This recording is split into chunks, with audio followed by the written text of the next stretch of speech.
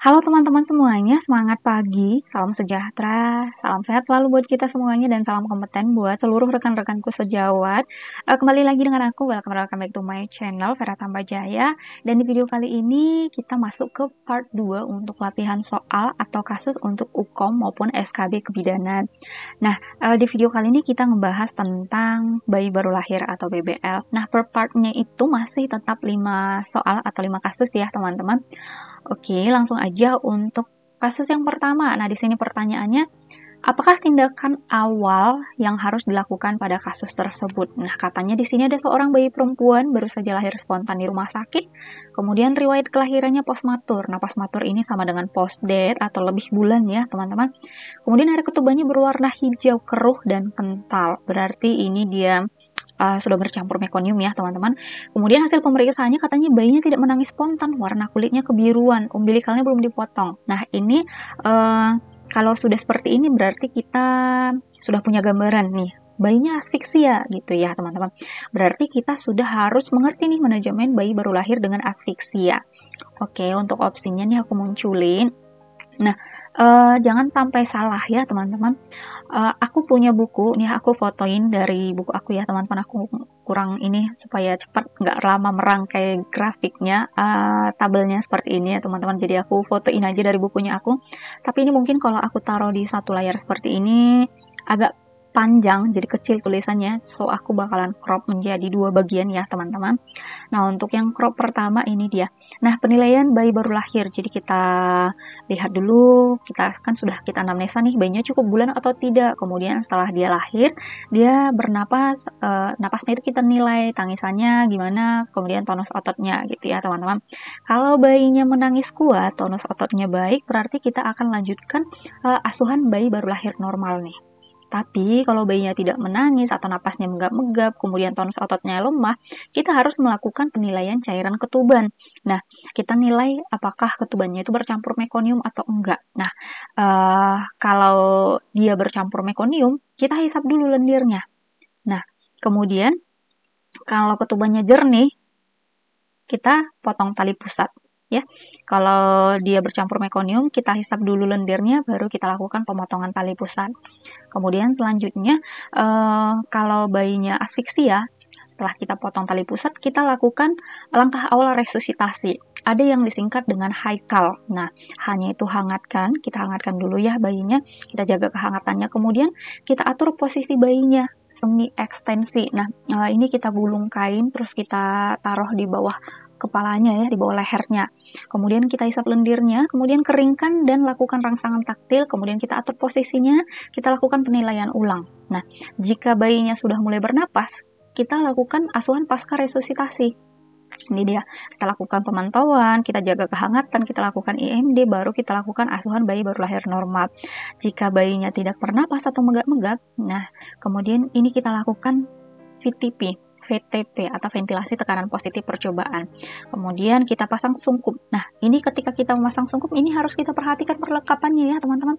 Harus menutupi hidung, dagu, dan mulut bayinya ya.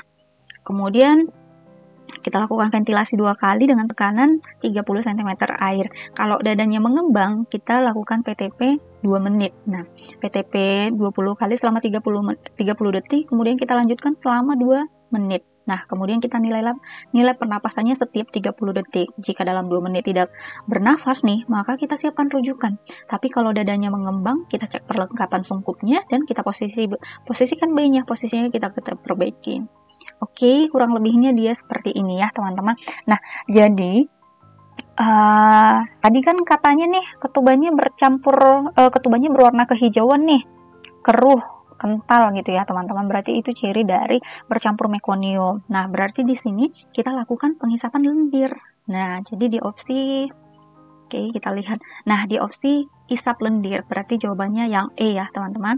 Nah, ini dia, ketuban bercampur mekonium. Berarti kita lakukan penghisapan lendir, setelah itu kita lakukan pemotongan tali pusat. Oke, jadi jawabannya adalah yang E, hisap lendir ya teman-teman. Oke, next kita ke nomor 2. Tindakan lanjutan apakah yang paling penting pada kasus tersebut? Nah, katanya di sini seorang bayi perempuan juga baru saja lahir di PMB, kemudian riwayat kelahiran cukup bulan, tidak langsung menangis, gerakannya lemah, kulit ekstremitas sianosis, kemudian hasil anamnesisnya riwayat ENC tidak teratur, ibunya mengonsumsi jamu tradisional selama hamil, bayi telah dilakukan langkah awal resusitasi. Kemudian hasil pemeriksaannya bayinya masih merintih, frekuensi jantungnya masih 90 kali per menit. Nah, belum ada perkembangan nih ya, pernapasnya 38 kali per menit. Nah, tindakan lanjutannya apa gitu. Nah, tadi kan di sini katanya sudah dilakukan langkah awal resusitasi. Karena bayinya belum ada menunjukkan perkembangan, maka selanjutnya kita melanjutkan ventilasi, kita lanjutkan VTP, ventilasi tekanan positif. Nah, tadi itu di atas sudah kita lihat gambarnya ya, teman-teman. Kalau dia sudah kita lakukan VTP tapi masih belum ada menunjukkan perkembangan atau masih merintih, kita lanjutkan VTP. Jadi jawaban yang tepat adalah yang E, melanjutkan ventilasi. Oke, semoga udah paham ya kalau untuk manajemen bayi baru lahir dengan asfiksia. Oke, kemudian kasus nomor 3. Rencana asuhan apakah yang paling tepat pada kasus tersebut? Katanya di sini seorang bayi dilahirkan spontan 1 jam yang lalu. Nah, katanya riwayat kehamilannya aterem, tapi berat lahirnya 2450 gram. Berarti dia masih di bawah berat normal ya, teman-teman, karena berat normal itu sekitar 2500 sampai 4000 ya, 4000 gram. 2,5 kilo sampai 4 kilo. Kemudian hasil pemeriksaan tidak ditemukan kelainan kongenital mayor dan minor. Nah, rencana asuhannya apa? Nah, katanya bayinya aterem, kemudian vital sign-nya normal, kemudian tidak ada kelainan kongenital mayor dan minor. Berarti hal yang kita lakukan adalah melakukan perawatan metode kangguru. Nah, metode kangguru ini sudah lumayan banyak evidence base-nya ya, teman-teman. Katanya metode kangguru ini bisa menjaga suhu tubuh bayi itu supaya lebih stabil, kemudian membantu mempercepat peningkatan berat badan, kemudian meningkatkan fungsi organ bayi, memudahkan bayi menyusui, dan menguatkan daya tahan tubuh bayi. Nah, karena dia berat lahirnya ini kurang nih, katanya tadi si metode kangguru ini kan bisa membantu mempercepat peningkatan berat badan bayinya. Sudah ada 5 tadi kita sebutkan ya, teman-teman. Jadi, rencana asuhan yang paling tepat adalah melakukan perawatan metode kangguru. Oke, jadi ini memastikan lingkungan hangat. Nah, dari metode kangguru tadi pun si bayinya sudah hangat ya, teman-teman. Oke, jadi jawabannya yang tepat adalah yang C. Oke, next kita ke nomor 4. Nah, katanya di sini, apakah penyebab yang paling mungkin pada kasus tersebut? Nah, katanya di sini seorang bayi perempuan lahir spontan di rumah sakit 6 jam yang lalu. Dari hasil anamnesisnya, riwayat gestasinya 35 minggu. Berarti ini belum aterem ya, teman-teman. Disebut dia aterem 37 minggu sampai 40 ya. Oke, kemudian ibu terkena rubella saat hamil. Kemudian pemeriksaan heart rate-nya 170 kali, RR-nya 60, kemudian suhunya 36, kemudian akrosinosis, menyusui hanya sebentar lalu dilepaskan. Nah, kalau di kasus ini disebutin dia usia gestasi masih kurang, belum aterem. Kemudian si ibunya terkena rubella saat hamil. Nah, kalau si ibunya terinfeksi rubella saat hamil, efek samping yang paling rentan itu adalah kelainan jantung bawaan. Nah, oke, ini dia opsinya. Rubella itu bagian dari TORCH ya, teman-teman. Nanti teman-teman boleh search supaya lebih paham.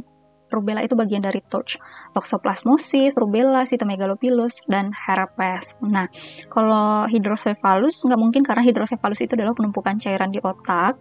Kemudian asfiksia neonatorum. Nah, kalau asfiksia neonatorum ini juga tidak, karena dia kalau asfiksia ini adalah yang bayi yang tidak bernapas dengan spontan atau tidak teratur segera setelah lahir. Nah, kemudian kalau yang C, hipoksia iskemik encephalopathy. Nah, kalau ini sindrom pada bayi yang biasanya bisa mengakibatkan kecacatan atau kerusakan pada sel-sel saraf otak ya.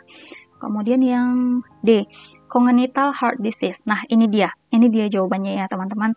Penyakit jantung bawaan. Kalau yang E, hyaline membrane disease, ini gangguan pernapasan pada bayi baru lahir. Jadi jawaban yang paling tepat adalah congenital heart disease. Jadi penyakit jantung bawaan. Nanti teman-teman bisa searching lebih lengkapnya lagi kalau yang disebabkan oleh rubella ini dia ke penyakit jantung bawaan.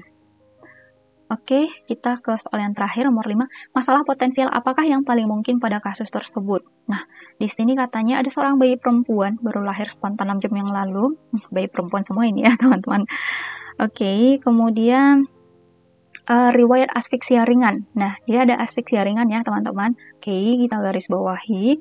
Kemudian hasil pemeriksaannya, oke, bagus. Berat badannya 3.800, panjang badannya 48, dia Ballard score 35. Nah, ini Ballard score ini kalau dia di 35 berarti dia ini 38 minggu ya usia gestasinya. Berarti dia atarem nih.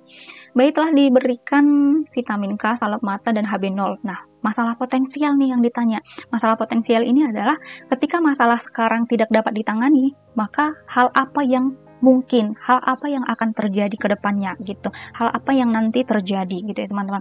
Nah, masalahnya di sini dia riwayat asfiksia ringan. Nah, ketika riwayat asfiksia ini tidak ditangani, tidak tertangani, maka hal yang akan terjadi adalah dyspnea. Nah, jawabannya adalah yang E. Dyspnea ini sama dengan sesak napas.